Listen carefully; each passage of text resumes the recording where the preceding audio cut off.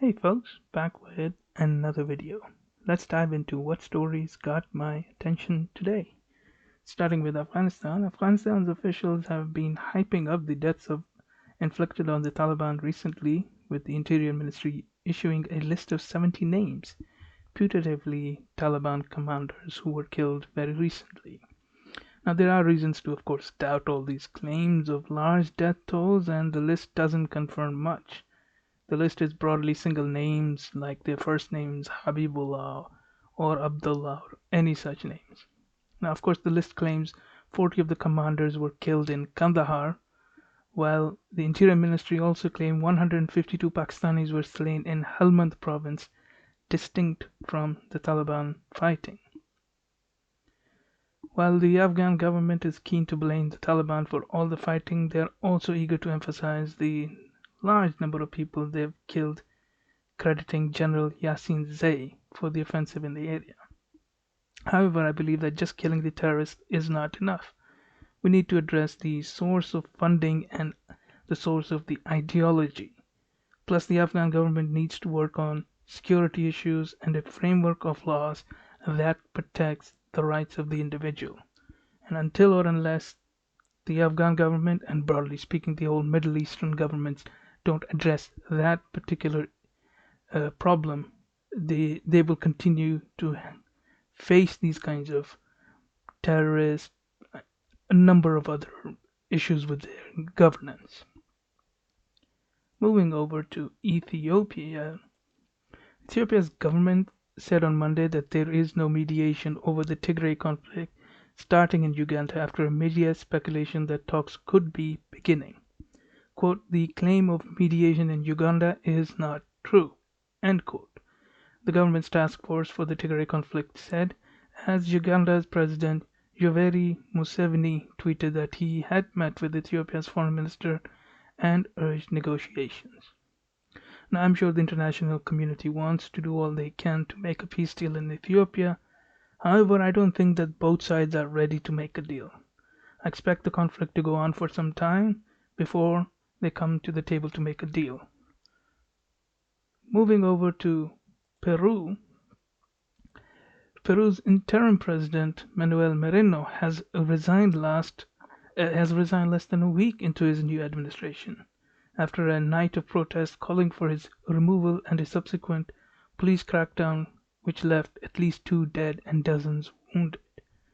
Now people poured into the streets to celebrate Merino's departure on Sunday, waving flags, chanting and banging pots, although the news plunges Peru deeper into uncertainty and legal disarray as legislators now wrestle over who will take his place.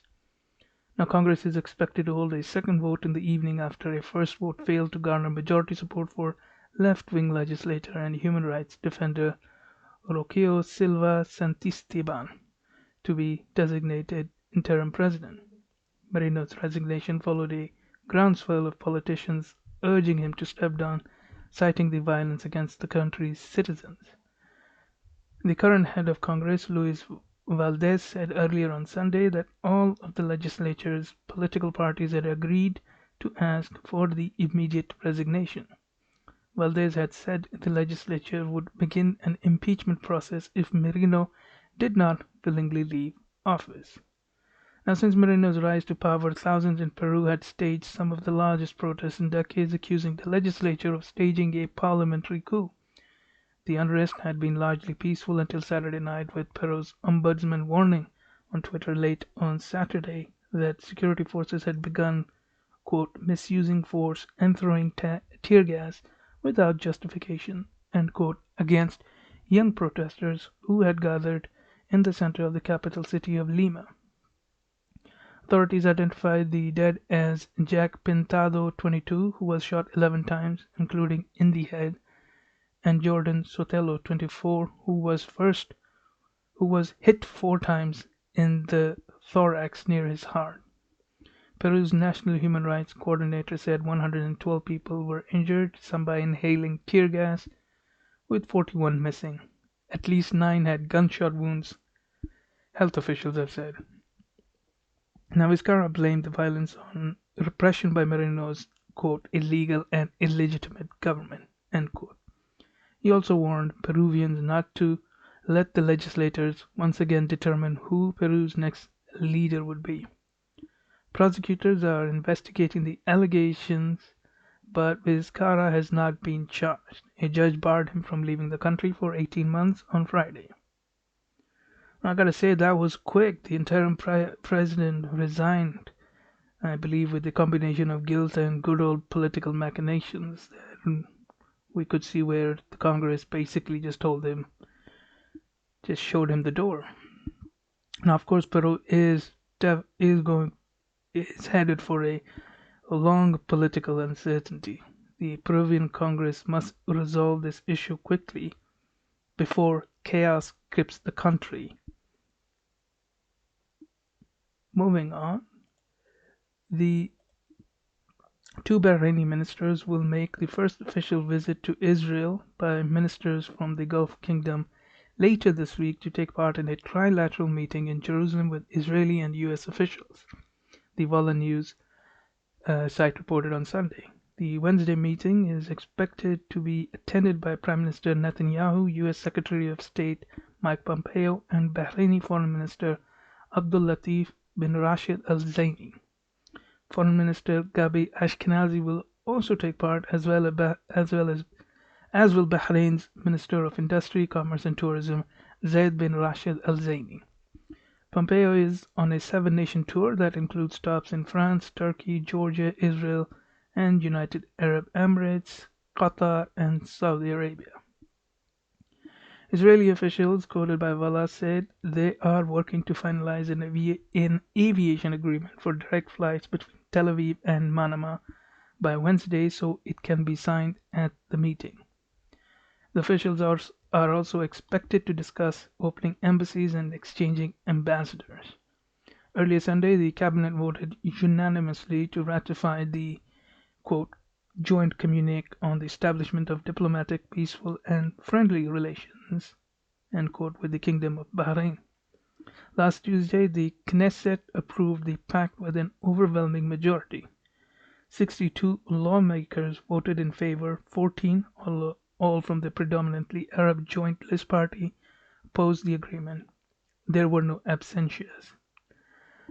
The Bahraini government ratified the agreement several weeks ago.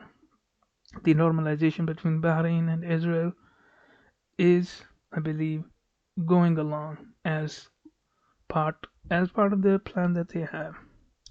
Hopefully, these normalizations would spread to other countries. Moving on into Moldova.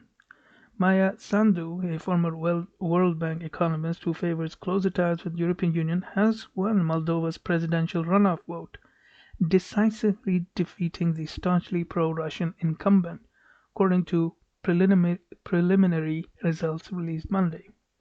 Sandu captured over 57% of the vote, leaving the incumbent, Igor Dodon, behind by over 15 points, according to preliminary data from the Central Election Commission that said nearly 100% of the votes have been counted. Now, Sunday's election was seen as a referendum on two divergent visions of the future of the small Eastern European nation sandwiched between Ukraine and Romania. Sandu and Dodon, who Russian President Vladimir Putin identified as his preferred candidate, have been rivals since he narrowly defeated her in 2016 presidential race. On Monday, Dodon conceded after the results were published and congratulated Sandu. The current pro-Russian government controls only 51 of the 101 seats in the parliament. The new president can dissolve parliament if the prime minister resigns, and there are two failed attempts to find a successor. Putin on Monday congratulated Sandu and expressed hope that her work as the head of state, quote, contributes to the constructive development of relations, end quote, between Russia and Moldova. Earlier in the day, Kremlin spokesman Dmitry Peskov said Moscow respects, quote, the choice of the Moldovan people, end quote, and hopes to establish, quote, a working relationship, end quote, with the new president. Now, I wish Moldova all the well wishes, and I expect that there will be some friction between the president and the parliament. Let's see how long the parliament lasts.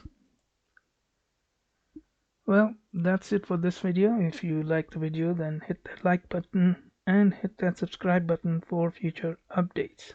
Write in the comment section your thoughts, criticism, and anything I might have missed. And I will see you in the next video.